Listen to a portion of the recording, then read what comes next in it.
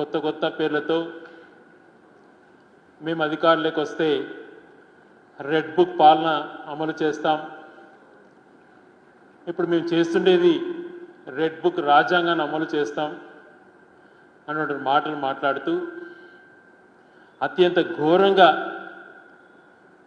భారత రాజ్యాంగాన్ని కూడా అవమానపరిచే రీతిలో ఈరోజు ప్రభుత్వాలు తన పాలన కొనసాగిస్తున్నాయి. ఒక వ్యక్తి విశాఖపట్నం ఎయిర్పోర్ట్లో మాజీ ముఖ్యమంత్రి అప్పుడు ప్రతిపక్ష నేత అయినటువంటి వైఎస్ జగన్మోహన్ రెడ్డి గారు పాదయాత్రలో భాగంగా ఎయిర్పోర్ట్కి వచ్చినప్పుడు అక్కడ ఏ రకంగా ముందస్తు ప్రణాళికతో హత్యాయత్నం జరిగినటువంటి అంశం అందరికీ కూడా తెలుసు.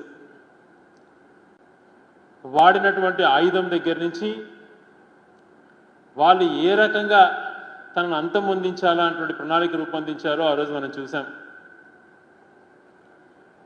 శ్రీనివాసరావు అనే వ్యక్తి ఆ ప్రయత్నం చేశాడని కూడా మనకందరికీ తెలుసు. అతను చేసినట్టు తప్పును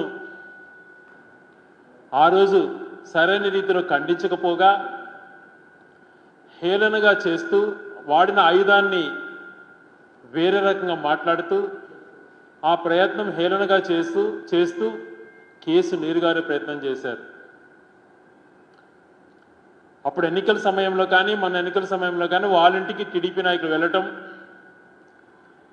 ఈ రోజున గౌరవ మాజీ ఐపీఎస్ అధికారి అయినటువంటి ఏపీ వెంకటేశ్వరరావు గారు ఆయన ఇంటికి వెళ్ళటం, ఆయనతో ముచ్చటించడం, అతనితో చర్చ జరపటం ఎంతవరకు సమంజసం?